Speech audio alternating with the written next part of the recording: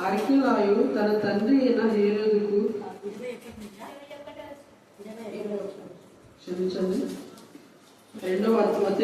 ప్రాణము తీయ చూచిన వారు చనిపోయని చెప్పాను.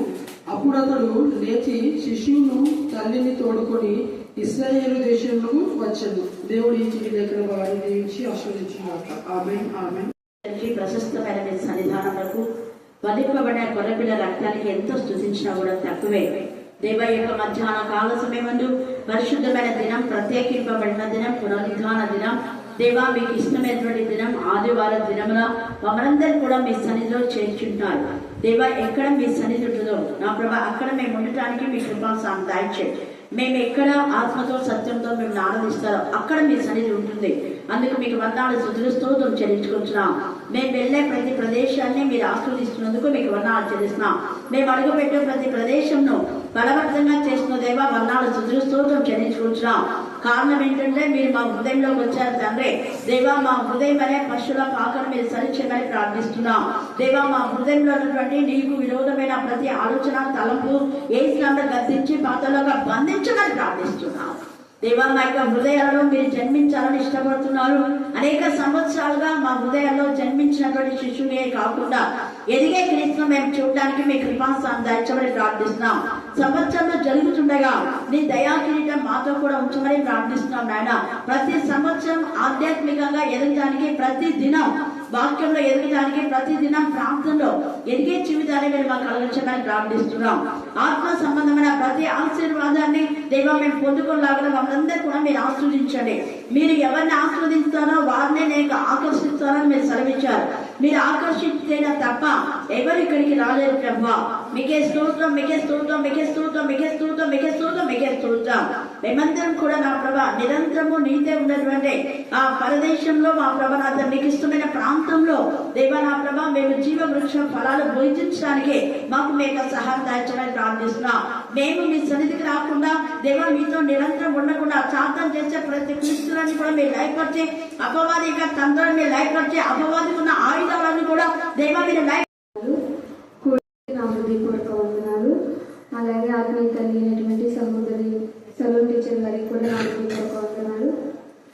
కూడి వచ్చినటువంటి మీకు అందరికీ కూడా ప్రభువైన యేసుక్రీస్తు నామమున హృదయపూర్వక వందనాలు చెల్లిస్తున్నాను. చదవబడిన లేఖన భాగము మత్తయి సువార్త 2వ అధ్యాయము 21వ వచనము. అయితే ఈ వచనంకి రిలేటెడ్గా ఉన్న ప్రతి మాట కూడా టీచరు ప్రార్థనలోనే చెప్పేసింది. దీన్ని ఎవరెవరిని అనుకున్నాను, ధ్యానంలో ఏ వ్యక్తులు దీనికి రిలేటెడ్గా ఉన్నారని ఎవరిని అనుకున్నానో ఎవరిని మర్చిపోలేదు. అందరినీ ప్రార్థనలోనే వాళ్ళ గురించి క్లుప్తంగా చెప్పేసింది. అయితే మరలా మనం ఒకసారి దాని గురించి రివిజన్ చేస్తూ రెఫరెన్స్ చూస్తూ రాసుకున్నాం. అయితే ఇక్కడ వీరికి జరిగినటువంటి 3 సందర్భాలు మనం జ్ఞాపకం చేసుకుందాం. ఇక్కడ తరిమింది ఎవరు, తరుమబడిన వారు ఎవరు, వారి తర్వాత పరిణామం, వారికి జరిగినటువంటి, వారికి వచ్చినటువంటి లాభము, వారికి వచ్చిన నష్టము, వారికి వచ్చిన ఫలితము, ఈ 3 విషయాలు ఒక్కొక్కరి ద్వారా చూసుకుందాం. అంటే తరుమబడిన వారు కానీ, వారిని బాధించిన వారు కానీ, ఈ విషయాలు 3 విషయాలు మనం జ్ఞాపకం చేసుకుందాం. ఒకవేళ మీరందరూ కూడా ఎవరి బిడ్డలందరూ కూడా మీరు ఒకవేళ రాసుకోవడానికి అవకాశం ఉంటే రాసుకోండి. ఒక సైడ్ అంతా తరుమబడిన వారు, వారి కింద ఒక లిస్టు, మధ్యలో ఎవరు తరిమారు, తరుమబడిన వారు, అంటే బాధించిన వారు, బాధింపబడిన వారు, చివరికి జరిగిన ఫలితం. ఈ 3 మీరు రాసుకుంటే రాసుకోండి. నేను మీకు క్లియర్గా చెప్తున్నా. ఫస్ట్ తరుమబడిన వారు, లేదంటే మీకు అర్థమయ్యేలాగా బాధించిన వారు, బాధింపబడిన వారు, వారికి జరిగిన ఫలితం లేదా వారికి జరిగిన లాభము నష్టం, మీకు ఏదో అర్థమైతే అలాగా ఆ 3 విషయాలు ఇప్పుడు మనం జ్ఞాపకం చేసుకున్నాము. ఇక్కడ మనం చూసినట్లయితే మత్తయి సువార్త 2వ అధ్యాయం 21వ వచనం చూస్తే, శిశువు ప్రాణము తీయజూచుచుండిన వారు చనిపోయిరని చెప్పాను. ఈ మాట ఎవరు చెప్తున్నారు? ప్రభువు దూత యోసేపుకు మరియమ్మకు చెప్తున్నారు అన్నమాట. ఎవరు శిశువు అంటే ఇక్కడ యేసుక్రీస్తు ప్రభుల వారు. శిశువు ప్రాణము తీయజూచుచుండిన వారు చనిపోయారని చెప్పాను. అప్పుడు అతడు లేచి శిశువును తల్లి తోడుకొని ఇశ్రాయేలు దేశమునకు వచ్చాను. ఎవరు? యేసేపు గారు మరియమ్మను యేసుక్రీస్తు ప్రభుల వారిని తోడుకొని ఇక్కడ వచ్చారు. అయితే ఇక్కడ మనం చూసినట్లయితే శిశువు ప్రాణము తీయచూచుచుంటున్న వారు చనిపోయి ఉన్నారు. అంటే యేసుక్రీస్తు ప్రభుల వారిని చంపాలనుకున్న వాళ్ళు చనిపోయినారు. ఎవరు బ్రతుకున్నారు? యేసుక్రీస్తు ప్రభుల వారు బతుకున్నారు. అంటే ఎవరిని మనం నష్టపరచాలనుకుంటామో వాళ్ళు నష్టపోరు, వాళ్ళు లాభపడతారు. మనకే నష్టం. మనం ఎవరిని బాధించాలని మనం బాధపడతామో వాళ్ళకి బాధ అప్పటికే ఉండొచ్చేమో, కానీ దానికి డబ్బలు, దానికి చివరి పరిణామం ఎక్కువ బాధ ఎవరికి ఉంటది? బాధించిన వారికి ఉంటది. అందుకే నేను మీకు 3 విషయాలు చెప్తున్నా. బాధించిన వారు, బాధింపబడిన వారు, చివరిగా వారికి జరిగిన పరిణామం. టీచర్ చెప్పిన ప్రతి ఒక్కరూ ఇప్పుడు మనం ధ్యానం చేసుకునే అంశంలో ఉన్నారు. అయితే టీచర్ మొట్టమొదటి ఎవరిని చేసింది ప్రార్థనలో? చెప్పాలి. ఎవరు ఫస్ట్ ఒకరిని గుర్తు చేసింది టీచర్? ఇశ్రాయేలు. మీరే చెప్పండి, దాన్ని బట్టి నేను ఆర్డర్ ఫాలో అవుతా. ఇశ్రాయేలీలు. Very good. ఇశ్రాయేలీలు కదా. ఇశ్రాయేలు ప్రజలు ఎవరు బాధించారు? ఫరో రాజు బాధించారు. కానీ బాధపడింది ఎవరు? ఇశ్రాయేలు ప్రజలు. వాళ్ళు ఎప్పుడు నశించలే, వాళ్ళు ఇప్పటికి కూడా ఉన్నారు. కానీ ఈ ఫరో ఇప్పుడు ఉన్నాడా? లేదు. అతని వంశం ఉందా? అడ్రస్ లేదు వాళ్ళు. కానీ ఇశ్రాయేల్ జనాంగం ఇప్పుడు ఒక దేశంగా వాళ్ళు స్థాపించబడి ప్రపంచంలోని వాళ్ళు నెంబర్ 1 గా ఒక ఉన్నతమైనటువంటి శక్తి రాజ్యంగా బలమైన యుద్ధ ఆయుధాలు కలిగి, ఒకవేళ ప్రపంచ 3వ యుద్ధము జరిగే పరిస్థితి వచ్చినా కూడా వాళ్ళు ఫైట్ చేయగలిగేటువంటి అధునాతనమైనటువంటి పరికరాలు కలిగి వాళ్ళు గొప్ప దేశంగా ఇప్పుడు ఉన్నారు. కానీ వాళ్ళ జనాభా ఎంత? 1 లక్షకు కూడా తక్కువే. కానీ వాళ్ళు ఉన్నారు ఇప్పుడు. కానీ ఇక్కడ ఉన్నటువంటి ఫరో ఉన్నాడా? లేదు. ఆయన వంశం ఏమన్నా ఉందా? ఆయన తరతరాలు ఎవరన్నా ఉన్నారు? ఆయన పాలించిన రాజులు కానీ ఆయన స్థాపించినది ఏదైనా ఉందంటే లేదు. అంటే ఎవరు బాధించారో వాళ్ళకి చివరికి జరిగిన పరిణామం ఏది అని మనం రెఫరెన్స్ ఆధారంగా చూద్దాము. నిర్గమకాండము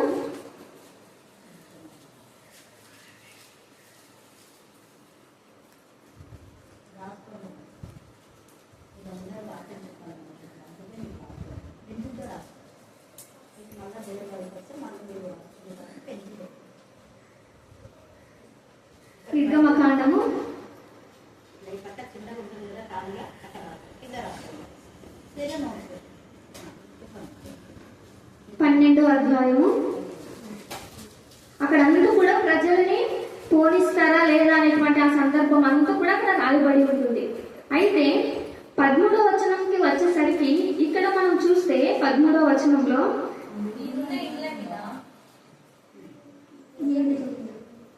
13వ అధ్యాయము 18వ వచనం చూసినట్లయితే, అయితే దేవుడు ప్రజలను చుట్టూ దారేవు ఎర్ర సముద్రము అరణ్య మార్గమున నడిపించింది.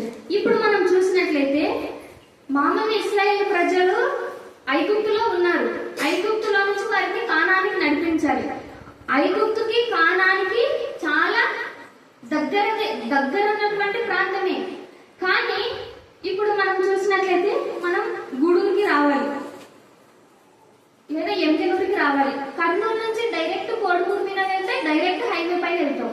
కానీ మన గూడూరు మీద రావాలంటే ఎమ్మెనూరు పోవడానికి చుట్టూ పల్లెలన్నీ తిరిగేసుకొని రావాలి. అట్లా ఇప్పుడు కానానికి డైరెక్ట్ దారి ఉంది. కానీ దేవుడు వారిని డైరెక్ట్ గా పంపించలేదు. ఎందుకంటే అక్కడ తక్కువ కాలమే ఉంది ఆ ప్రాంతాన్ని చేరడానికి. కానీ దేవుడు ఎందుకు చుట్టూ అనేది ఇక్కడ ఉంది, చుట్టూ వారిని తీసుకొని వెళ్ళాడు.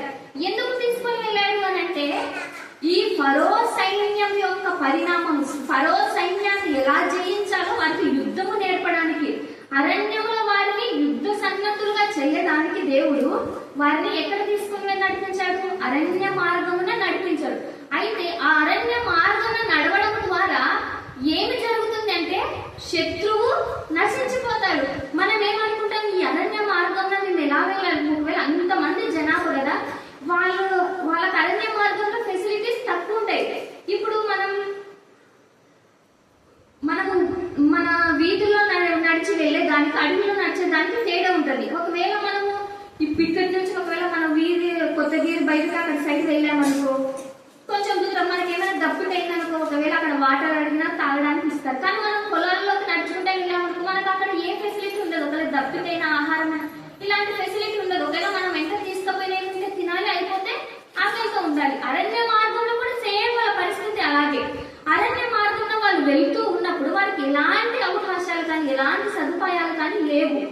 అలాంటి పరిస్థితులు కూడా వారిని నడిపిస్తూ దేవుడు వారిని యుద్ధంలో వారిని ప్రావీణ్యులుగా చేయడానికి, యుద్ధంలో వారిని గొప్పవారిగా వీరులుగా చేయడానికి దేవుడు అరణ్య మార్గం నడిపించాడు.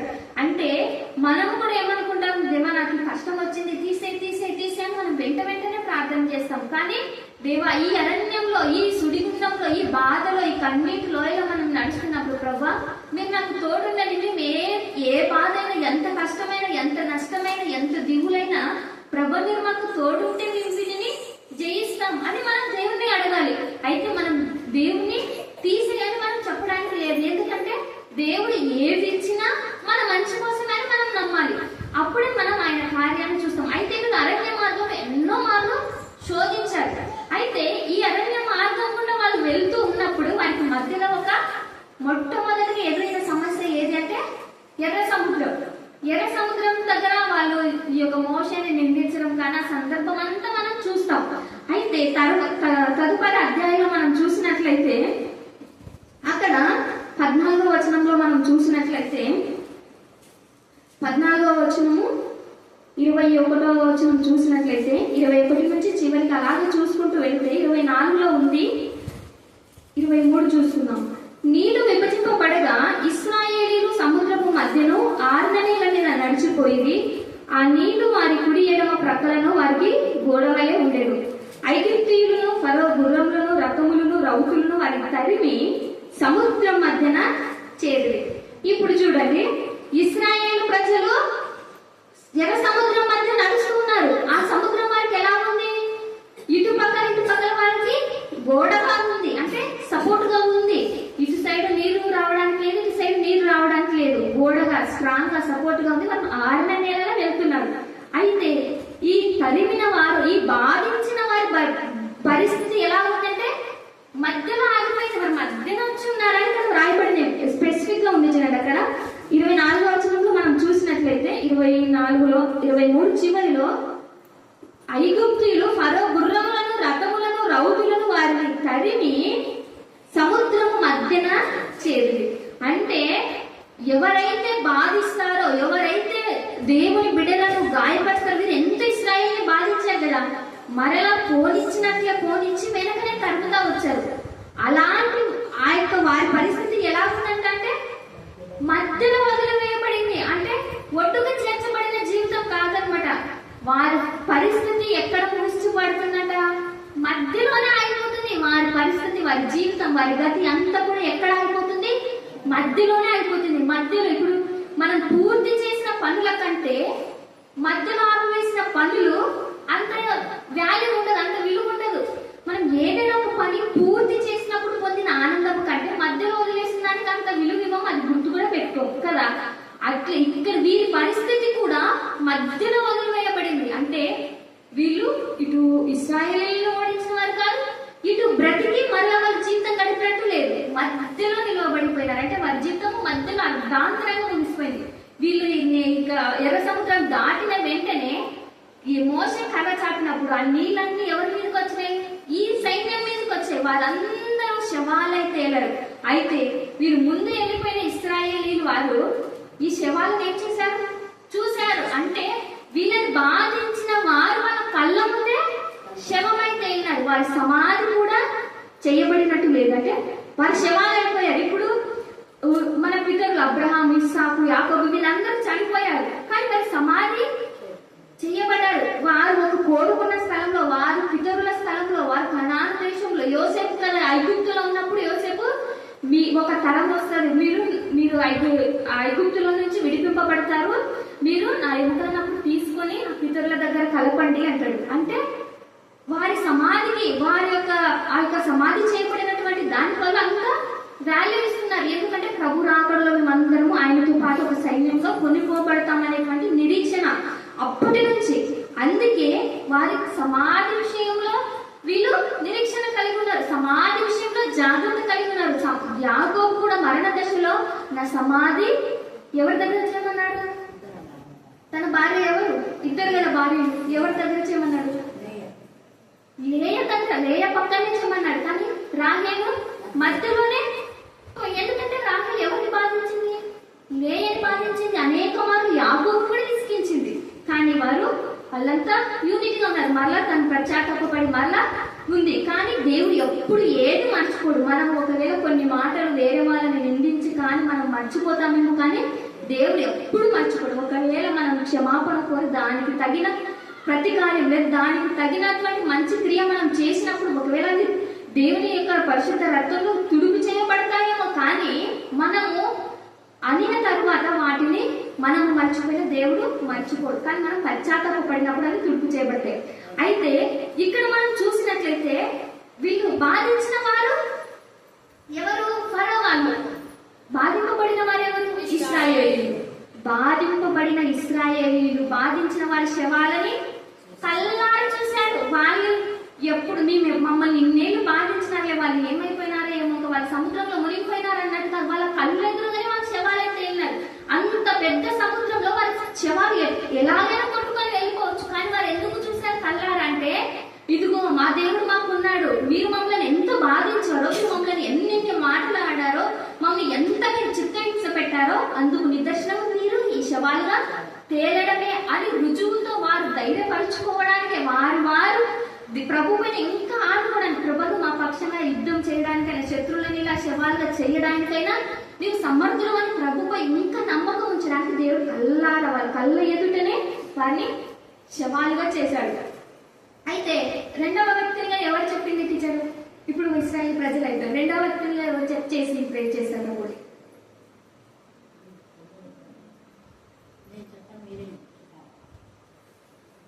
మీరు ఎవరిని చెప్పినా వాళ్ళ గురించే చెప్పుకుందాం. ప్రే చేసినప్పుడు రెండవ వ్యక్తిగా ఎవరిని చెప్పింది తొందరగా?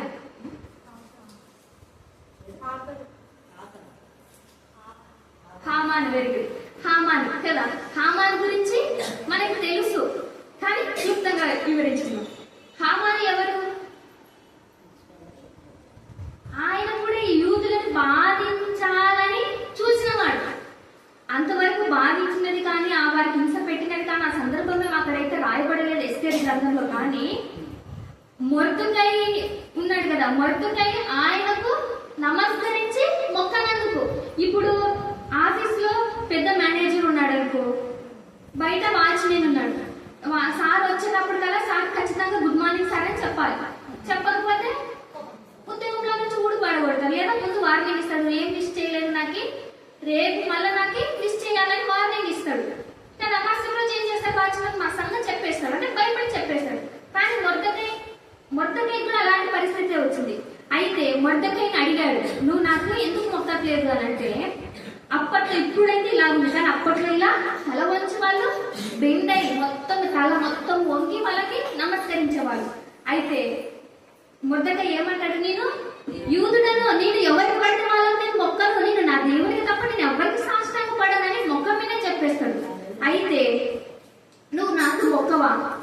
నువ్వే కాదు, నీ తరం ఎంతమంది ఉన్నారో, నీ వంశం కాక నీ జాతి యూదులు వీరెవ్వరిని ఉండకుండా చేస్తాను. నువ్వెందుకు నేను యూదులనని నువ్వు మొక్కనంటున్నావు కదా, యూదులని లేకుండా చేస్తే అని ఆలోచన వచ్చింది. అయితే హామాను ప్లాన్ వేసుకున్నాడు. ఈయన ఆ సంస్థానానికి ఉన్నటువంటి రాజు ఉన్నాడు కదా, ఆయన పేరేం పేరు? అహశ్వేరోషు రాజు. ఆ రాజు దగ్గరికి వెళ్ళి ఆయన రిక్వెస్ట్ పెట్టుకుంటాడు, రాజా నేను ఒకటి అడుగుతాను, నా మాటను తీసేయకూడదు అని మాట తీసుకుంటాడు. ముందే రాజులు మాట కట్టుబడి ఉంటారు కదా. అయితే ఆ మాట పరంగా మీరు అడగండి, మీ కోరికేమో చెప్పండి, నేను చేస్తానని. అయితే ఆయన ఆ స్వాధీనంలో ఉన్నటువంటి సంస్థానాలు అన్నింటికీ కూడా లేఖలు రాసి పంపిస్తాడు. మీ సంస్థానంలో, మీ రాజ్యంలో, ఇప్పుడు ఇది చంద్రబాబు పాలన కదా, తర్వాత ఆయా రాష్ట్రాలలో ఆయా రాష్ట్రాల్లో కూడా చంద్రబాబు పాలన ఉంటది, ఇంకెవరు బీజేపీ పాలన ఉంటది, ఇంకా కాంగ్రెస్ పాలన ఉంటది కదా. అంటే అలాంటి పాలనగా ఇక్కడైతే డిఫరెంట్ ఉంది, కానీ అక్కడ అంత ఎవరు ఒక్కటే రాజు, అంటే అంత ఒకటే అనమాట. అటువంటి సమయంలో రాజు చెప్పిందే జరగాలి. ఇప్పుడు ఇక్కడైతే చంద్రబాబు మాట్లాడడం, వాళ్ళు విమర్శ చేస్తారు, వద్దు అని ఆటంకపరుస్తారు. కానీ అక్కడ అపోజిట్ ఎవరు లేరు చెప్పడానికి. రాజు ఏం శాసనం చేశాడో దానికి అందరు కట్టుబడి ఉండాల్సింది. అటువంటి పరిస్థితిలో ఆయన స్వాధీనంలో ఉన్న రాజ్య సంస్థానాలన్నిటికీ లేఖలు రాసి పంపించారు. మీ రాజ్యంలో ఎంతమంది యూదులు ఉన్నారో వాళ్ళని ఊరికే చంపేయండి అని. కారణం లేదు, ఏమి లేదు, అర్ధాంతరంగా యూదులను మీ రాజ్యంలో బ్రతకనియొద్దని చంపేయడానికి లేఖ రాసి అన్ని సంస్థానాలకు పంపించేసినారు. పంపించేసిన తర్వాత అవి వెళ్ళిపోయినాయి. అయితే మొర్దెకై దగ్గర ఒక వ్యక్తి ఉన్నారు, ఒక స్త్రీ ఉంది. ఎవరైనా ఎస్తేరు. ఆమె దేవుని యొక్క సాధనంగా అక్కడ వాడబడింది. అయితే ఎస్తేరు రాజు యొక్క సంస్థానానికి రాణిగా అక్కడికి వెళ్తుంది. మనకి తెలుసు ఆ సందర్భం అంతా. అయితే రాణిగా వెళ్ళిన తర్వాత వారందరూ మొరపెట్టి ప్రార్థన చేసినప్పుడు అక్కడ జరిగిన సందర్భం మనం చూస్తే ఎస్తేరు గ్రంథము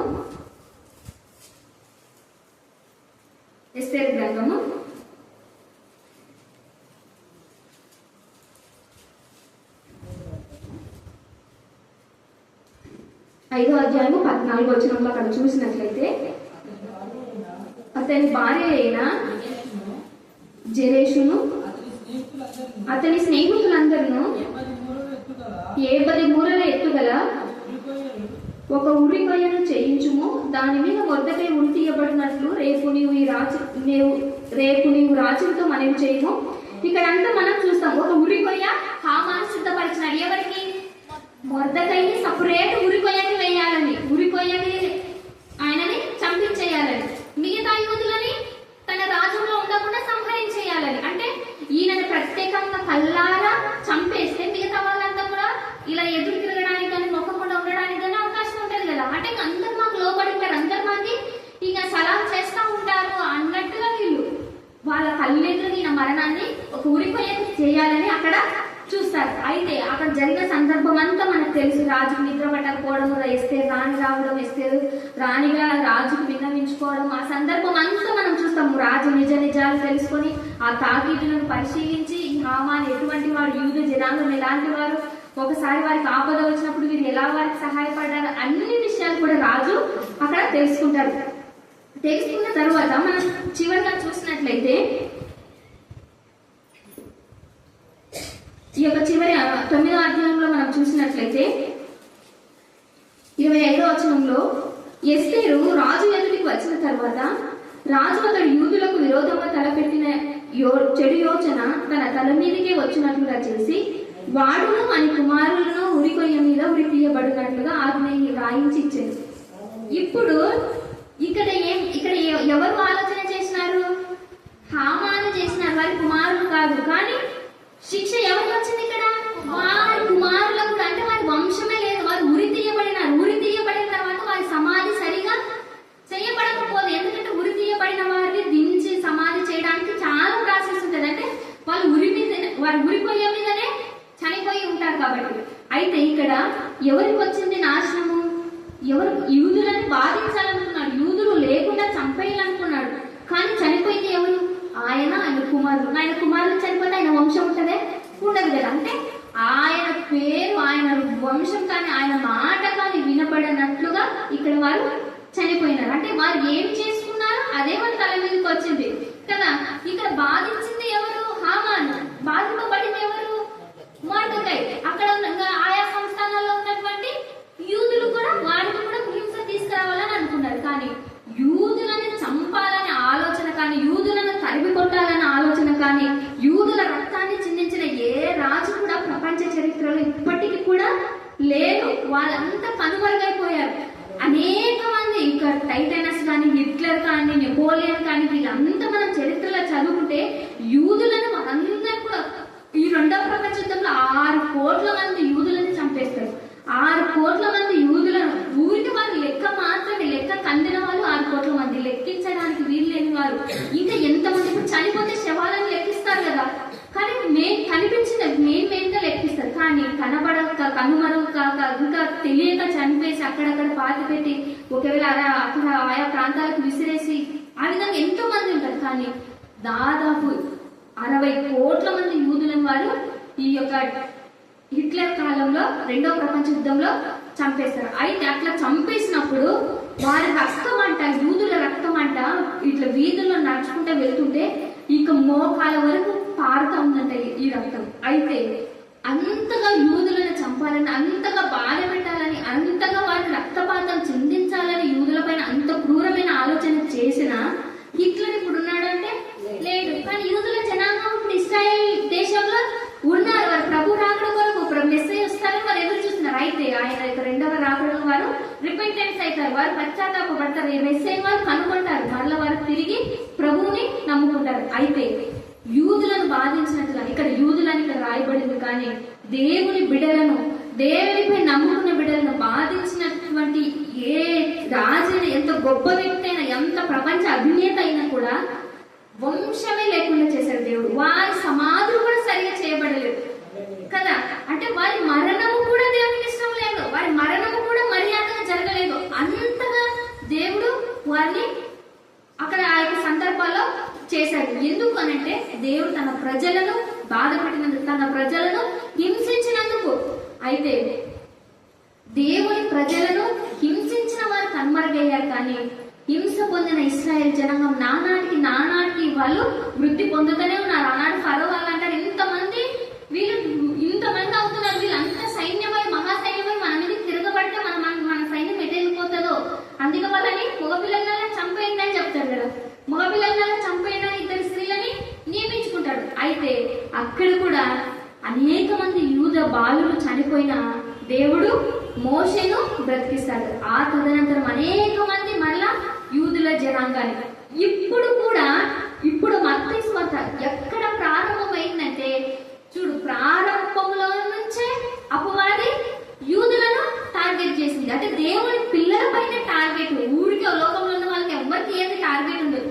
దేవుని పిల్లలైనటువంటి వారికే, వాక్యంలో ఉన్నటువంటి వారికే, ప్రార్థనలో ఎదిగేటువంటి వారికే అన్ని అటాక్లు జరుగుతూ ఉంటాయి. అయితే ఇక్కడ ప్రారంభంలో నుంచి మత్తయి సువార్త వరకు చంపేయాలనే, వారు ఉండకూడదని, హింసలు కూడా కాదు, వారిని ఉండకుండా చేయాలి. వారు ఉండకుండా చేయాలని అపవాది ఎంత ప్లాన్ చేస్తే అంతకు డబల్, అంతకు ఎక్కువగానే దేవుని బిడ్డలు నిలబడుతున్నారు. ఎందుకు అనంటే దేవుని యొక్క మహాకార్యం ఇది, వాడు ఏమి చెయ్యలేడు.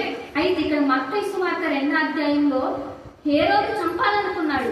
2 సంవత్సరాల పిల్లలందరినీ చంపించేశాడు. ఎంతో రక్తపాతం, గ్రామాలు అంగలార్పు వినబడినని టీచర్ రీసెంట్ గానే రాహేలు తన పిల్లల కోసం ఏడ్చింది అనేటువంటి మెసేజ్ కూడా ఈ 2 రోజుల్లోనే విన్నాం మనం. అంటే ఎందుకు అంత రోదన, ఎందుకంత అనంటే యేసుక్రీస్తు ప్రభు వారు భూమి మీద పుట్టినందుకు అది ఓర్చుకోలేకపోయినా 2 సంవత్సరాలు అసలు ఎంత, ఎక్కడ వీళ్ళకి రక్షణ వచ్చేస్తుందో, ఎక్కడ వీళ్ళు రక్షించబడతారు, ఎక్కడ వీళ్ళు ప్రభుకి సొంతమైపోతారు, ఈ సైన్యం అయిపోతారేమో అని అపవాది గిలగిలా కొట్టుకుంటూ 2 సంవత్సరాలకు ప్లాన్ వేసింది. హేరోదు దూరిపోయింది. హేరోదు ద్వారా ఆలోచన కల్పించింది. హేరోదు 2 సంవత్సరాల వాళ్ళందరినీ సంహరించమని ఆజ్ఞిస్తాడు. అయితే అక్కడ 2 సంవత్సరాల వాళ్ళ మందిని చంపేసిన కానీ యూదులు మాత్రం నాశనమైనట్టు కానీ, వారి చరిత్ర ముగిసిపోయినట్టు కానీ అక్కడ లేదు. కానీ ఎవరు చనిపోయినారు? యూదులు. హేరోదు రాజు చనిపోయాడు, ఆయన చనిపోయాడు. ఆయన వంశం కానీ, ఆయన పిల్లలు కానీ ఏదీ లేదు. ప్రభు పిల్లల్ని కానీ, ప్రభువును కానీ, ప్రభు వాక్యాన్ని కానీ, ప్రభు వాక్యం చెప్పకుండా ఆయన వాక్యాన్ని చంపాలని, ఆయన వాక్యాన్ని సమాధి చేయాలని, ఆయన వాక్యము ప్రకటించకుండా ఈ సమాధి చేయాలని, ఆయన వాక్యం వినిపింపకుండా సమాధి చేయాలని అనుకున్న వారి జీవితాలు సరిగా సమాధి కూడా చేయబడకుండా అయిపోయి ఉన్నాయి. అంటే ఇక్కడ దేనికి ఎందుకు గుర్తంటే, మనకు శోధనలు రాక మానవ, కానీ ఎవరి వల్ల వస్తాయి? మనకే వస్తాయి. మనం శోధింపబడుతున్నప్పుడు మనం ఎవరిని నిందించిన అవసరం లేదు, ఎవరిని బాధపరచిన అవసరం లేదు, ప్రభువుకి అప్పచెప్పేసేయాలి. అయితే సమయం ఎక్కువైపోతుంది. 3వ వ్యక్తిని జ్ఞాపకం చేసుకుందాం. 3వ వ్యక్తిని ఎవరిని చెప్పింది టీచర్? తొందరగా, సెకండ్ పడుతుంది, తొందరగా. 3వ వ్యక్తి ఒక స్త్రీ. ఇట్లు ఇస్తుంది ఒక స్త్రీ.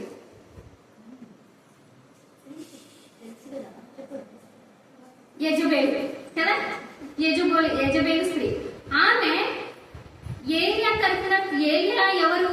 దైవజనుడు, దేవుని ప్రవక్త అయిన ఆయనను తరమాలని, ఆయన పక్షంగా ఉన్నటువంటి ప్రవక్తలను కూడా చంపాలని, అంతకంటే ముందు అనేక మంది యూదులను, ప్రవక్తలను అందరినీ కూడా రక్తపాతం చేత ఆమె చంపించేసింది. చేసింది, అనేక మంది దైవజనులను, అనేక మంది ప్రవక్తలను చంపించేసి తన విగ్రహారాధన తీసుకొచ్చి పెట్టేసింది. అయితే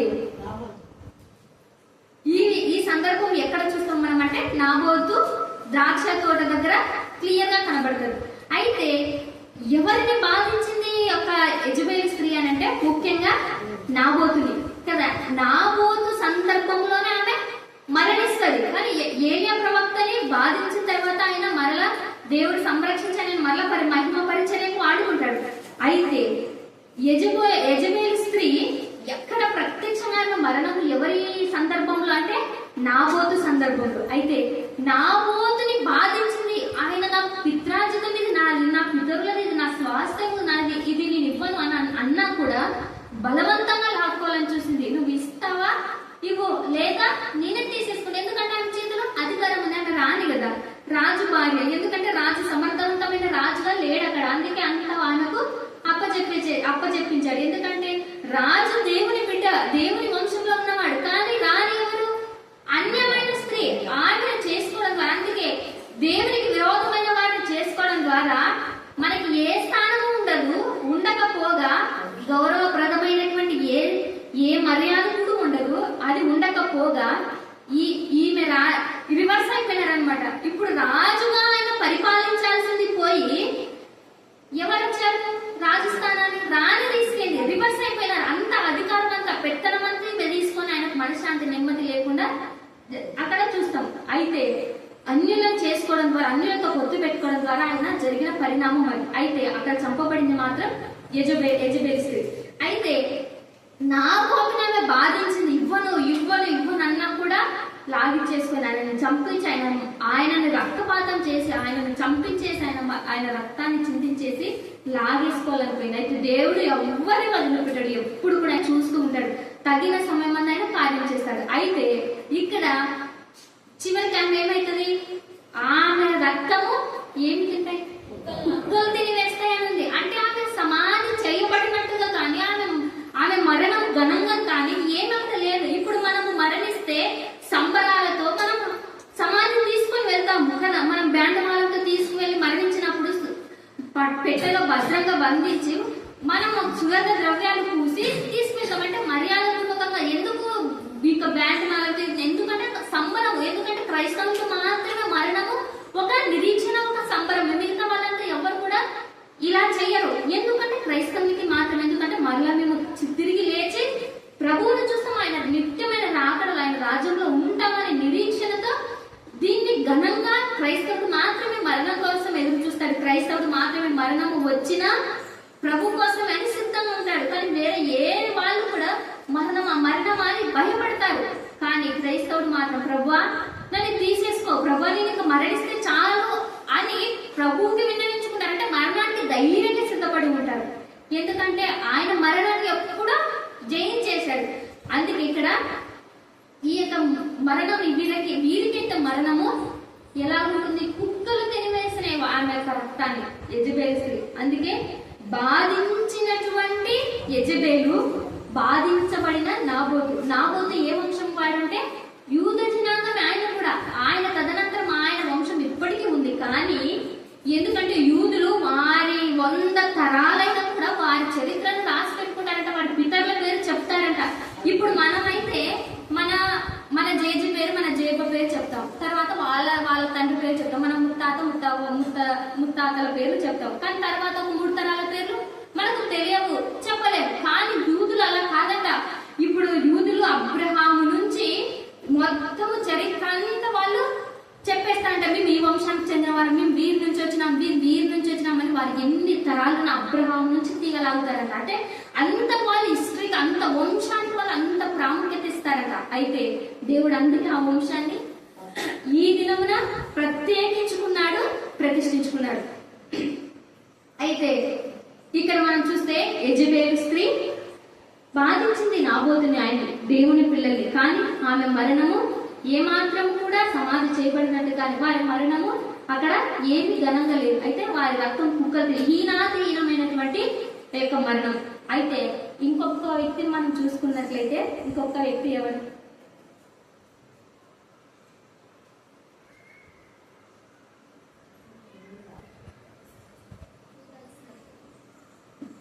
యూదా ఇస్కరియోతు యేసుక్రీస్తు ప్రభుల వారిని బాధించాడు. కానీ అయితే ఆయన అంటే యూదులని శారీరకంగా హింసించినట్టు కానీ మాటలతో బాధ పెట్టినట్టు కానీ లేదు, కానీ ఆయన యేసుక్రీస్తు చెంత ఉండి ఆయనను బాధించాడు. అయితే ఆయన మరణం ఏమైంది? ఆయన సమాధి చేయబడ్డారా? లేదు. ఇప్పుడు మనం ఒక చోట ఆయన మరణం ఏం సమాధి చేయబడాలి, ఆయన పేగులు బయటకు వచ్చేసినాయి, ఆయన తల కిందకు ఉరి తీయబడి ఉన్నాడు. అయితే ఇప్పుడు మీకు ఒక క్లారిటీ ఇస్తున్నాను. 3 విషయాలు అని చెప్పినా కదా, 3 విషయాలు బాగా అబ్జర్వ్ చేసుకోండి. మీరు రాసుకోవడానికి ఇప్పుడైనా ట్రై చేయండి. బాధించిన వారు, బాధింపబడిన వారు, చివరికి వారికి జరిగిన పరిణామం. మొట్టమొదటి ఎవరని చెప్పుకున్నాం, రివిజన్ చేసుకొని ముగించుకున్నాం. మొట్టమొదటి ఎవరనుకున్నాం? ఇశ్రాయేలు ప్రజలు అనుకున్నాం. ఇశ్రాయేలు ప్రజలు బాధింపబడిన వారు. బాధించింది ఎవరు? ఫరో. వారికి జరిగిన పరిణామం ఏమి? బాధించినందుకు శవమై తేలినారు. శవమై వాళ్ళ కళ్ళ ఎదురుగానే తేలినారు. అంటే వారి జీవితము, వారి మరణం సరిగా సమాధి చేయబడలేదు. అంటే వారి వంశం లేదు, వారి మరణం అప్పటికే అయిపోయింది. వారి చరిత్ర అక్కడికి క్లోజ్. రెండో వ్యక్తి ఎవరిని అనుకున్నాం మనం? హామాను. హామాను బాధించాడు. బాధింపబడిన వారు ఎవరు? యూదులు, మొర్దెకై, ఎస్పెషల్ మొర్దెకై యూదు జనంలో. అయితే బాధించినందుకు హామానికి ఏం జరిగిన పరిణామం ఏది? చివరికి ఉరి కొయ్యబడ్డారు. ఎవరు? ఆయన కుమారుడు, ఆయన వంశము కూడా ఉరి తీయబడ్డారు. అయితే ఉరి తీయబడ్డారు కానీ సరిగ్గా అక్కడ మరణించి చనిపోయి అని ఉంటే ఒకవేళ సమాధి చేసి ఉండొచ్చేమో వాళ్ళ ఆచారం ప్రకారం, కానీ ఉరి తీయబడి ఉంది అని అంది. అంటే ఇంకా రాజాంగ ప్రకారం ఉరి తీయబడ్డారు అని అంటే వారిని ఈ లేకాకులు, ఏ గద్దలు, ఏ పిచ్చుకలు తినివేసి ఉండి ఉండాలి. అయితే ఆ సందర్భం ఇక్కడ రాయలేదు, కానీ మామూలుగా మనం చూస్తే ఉరి తీయబడిన వారిని దించరు, వారిని శిక్షకు అప్పగించేసినారు, వారిని దించి చేయరు. అందుకే యేసుక్రీస్తు ప్రభుల వారిని కూడా సిలువకు వెళ్లాడదీసినప్పుడు వారు అలాగే ఉంచినప్పుడు వారు పర్మిషన్ తీసుకుంటారు. రాజా, మేము మా ఆచారం ప్రకారం సమాధి చేసుకుంటామనంటే ఆయన పైన ఏ నేరము లేదని అప్పటికి రుజువైనా కూడా వీరి అల్లరి తగ్గలేక అప్పుడు సిలువ వేశారు. అయితే రాజుకు పాజిటివ్ మైండ్ ఉంది. అందుకే అక్కడ ఉన్నటువంటి కొంతమంది అధికారులను బట్టి ఆయనకు సమాధి చేయడానికి వారికి పర్మిషన్ ఇచ్చారు. కానీ మామూలుగా మిగతా దొంగలకు సమాధి చేయబడినట్టు కానీ లేదు. వారిని అడిగిన వారు ఇవ్వరు. ఎందుకంటే ఉరి తీయబడిన తర్వాత వారికి శిక్షకి వారు అర్హులు, వారి మరణానికి పాత్రులు. అంతే. వారిని ఏ గద్దలు, ఏ కాకులు, ఏ పిచ్చుకలు వారిని తినేసిండాలి అంతే. అయితే వారి మరణము, వారి సమాధి ఇక్కడ లేదు. మూడో వ్యక్తి మనం ఎవరిని అనుకున్నాం? యెజబెల్ స్త్రీ. బాధించింది యెజబెల్ స్త్రీ. బాధింపబడిన వారు ఎవరు? నాబోతు. చివరికి యెజబెల్కు జరిగిన పరిణామం ఏమి? ఆమె రక్తము కుక్కలు నాకు వేసిన. అయితే ఆమె సమాధి కూడా లేదు. ఇక్కడ మనం బాగా గమనిస్తే ఎవరు బాధ పెట్టారో, ఎవరిని బాధ పెట్టారో వారి చివరి గతి హీనమైపోయింది. మరణానికి కూడా వారు అర్హత కలిగిన వారు కాదు. ఇప్పుడు మనకి మరణం వచ్చిందనుకో, మనం మరణానికి అర్హులం అనుకో, దేవుడు మన మరణాన్ని ఆయన ఆనందిస్తాడు. మన మరణం అనేకులకు ఆశీర్వాదకరంగా చేస్తాడు. మన మరణాన్ని బట్టి అనేక మందిని లేవనెత్తుతాడు. మనం చనిపోవడం ద్వారా అనేక మందికి జ్ఞానోదయం కలుగజేస్తాడు. దాన్ని బట్టి దేవుడు అనేక మందిని ఎవరిని వాడుకోవాలో వారిని వాడుకుంటాడు. ఒకరి మరణం, నీతిమంతుని మరణము దేవుడికి ఇష్టమైంది. అందుకే కదా ఇక్కడ వీరి మరణాన్ని ఎందుకు చేశాడు ఇక్కడ ఈ విధంగా అంటే, వారి చివరి దశ అక్కడికి అయిపోయింది. నువ్వు బాధపడదు. నువ్వు ఒకవేళ వారిని ఏమన్నా అన్నాడని నువ్వు ఒకవేళ ఇబ్బంది పడుతున్నాయి, నలిగిపోతున్నాయి, కురిగిపోతున్నాయి, కానీ వారి గతి చివరికి ఇదే అని మనకు అనేక మంది గ్రంథాల ద్వారా, ఈ యొక్క సాక్ష్యముల ద్వారా మనం చూస్తున్నాం. చివరి వ్యక్తి ఎవరు మనం చూసినట్లయితే ఇస్కరియోతు యూదా. అయితే ఇస్కరియోతు యూదా దేవుని మానసికంగా ఎంతో బాధ పెట్టాడు. కానీ చివరికి ఆయన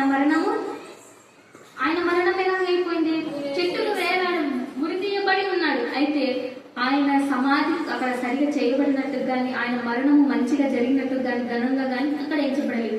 అయితే ఇక్కడ ఎవరైతే దేవుని బిడ్డల్ని బాధించారు ఖచ్చితంగా వారికి మరణం వచ్చింది. ఆ మరణం కూడా ఘనమైంది కాదు, శవాలై తేలారు. ఇంకా ఏది వారి క్రమము, మర్యాద ఏది అక్కడ లేదు. అంటే వారి మరణానికి కూడా అర్హులు కారు అన్నంతగా దేవుడు వారిని హీనాతిహీనంగా చేశారు. అయితే శ్రమలు ఎవరి నుంచి వచ్చినా వారికి శ్రమ, కానీ శ్రమ పడిన వారికి, శ్రమ నొందిన వారికి కాదు. ఎవరికి? అది దేవుని బిడ్డలైన వారికి, వాక్యాన్ని ప్రకటించేటువంటి వారికి. ఎందుకంటే వాక్యాన్ని ప్రకటించేటప్పుడు అంత్య దినాల్లో మరికెక్కువగా శ్రమలు వస్తాయి. అందుకే ఎక్కడ ప్రారంభమైంది యూదుల మీద అత్యాచారం, అక్కడ ఇప్పుడు వారిని చంపాలని ఎంతగా కదా ఎక్కడ మనము నిర్గమ కాండంలో చూసుకున్నాం ఇశ్రాయేలు ప్రజలు. చివరి అట్లే లైన్ చూసుకుంటూ వస్తే మత్తయి సువార్త 2వ అధ్యాయంలో ఏముంది? హేరోదు చంపాలని చూశాడు. యేసుక్రీస్తు ప్రభుల వారిని చంపాలనుకున్నవాడు మిగతా యూదులు, ఆయన యూదు వంశానికి చెందినవాడు కదా. ఒకవేళ ఏదో ఒక వంశంలో నుంచి రక్షకుడు వస్తాడు ఏమో అని మిగతా యూదులనల్లా చంపాలనే అపవాది ప్లాన్. యూదుల వంశం నుంచి వస్తాడు కదా యేసుక్రీస్తు ప్రభుల వారు.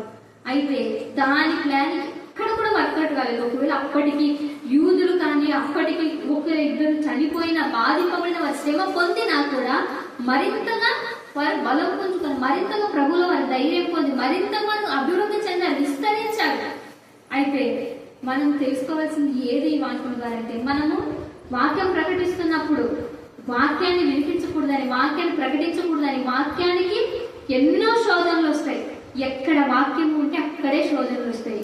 ఎక్కడ లోకాభిరామాయణం ఉంటుందో అక్కడ గుంపులు ఉంటారు. అది గుర్తుపెట్టుకోండి. ఎక్కడ పిచ్చుకమ్మ కథలు, కాకమ్మ కథలు, ఎక్కడ దేవుడు ఏమంటారంటే పిచ్చుకమ్మ కథలు, ఈ కథలు చెప్పి వాక్యం చెప్తారు. కానీ వాటిని చెప్పి దేవుడు ఎక్కడ వాక్యం చెప్పలేదు. దేవుని ఉపమానాలను వాళ్ళు కంపారిజన్ చేస్తారు. కానీ దేవుని ఉపమానాలు లోతైనవి, తవ్వే కొద్ది వేరు విధాలుగా వస్తాయి.